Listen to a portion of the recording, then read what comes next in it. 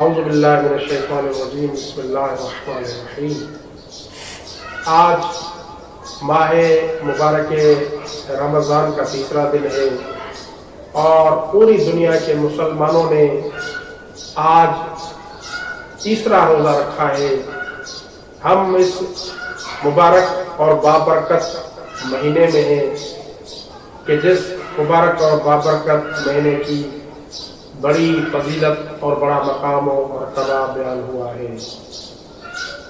قرآن مجید کی آیات اور رسول اللہ صلی اللہ علیہ وآلہ وسلم کی روایات میں اس مبارک مہینے کی بڑی تاکید بیان ہوئی ہے۔ اس مبارک مہینے میں روزہ رکھنے کے ساتھ ساتھ ہمیں چاہیے کہ ہم دعاؤں کی طرف بھی متوجہ رہیں اور اس مبارک مہینے سے مخصوص دعائیں بھی پڑھتے رہیں۔ ہر دن کی مخصوص دعا، آج تیسرے دن کی دعا کہ جس دعا کی بڑی تاکید ہے، ماہ رمضان کے تیسرے دن کی دعا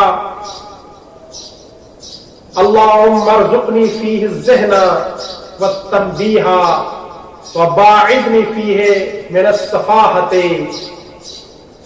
والتمویہ واجعل لی نصیبا من کل خیر تنزل فیہ بجودک یا اجود الاجودین۔ اے اللہ، آج کے دن مجھے ہوش اور آگاہی عطا فرما اور مجھے ہر طرح کی ناسمجھی اور بے راہ روی سے بچا کے رکھ اور مجھ کو ہر اس بھلائی میں سے حصہ دے جو آج تیری عطاؤں سے نازل ہو۔ اے سب سے زیادہ عطا کرنے والے، یہ آج کے دن یعنی سوم رمضان المبارک کے دن دعا پڑھی جاتی ہے۔ ہمیں چاہیے کہ ہم ان دعاؤں سے استفادہ کریں اور اپنی دنیا و آخرت کو ان دعاؤں کے ذریعے مستفید کریں۔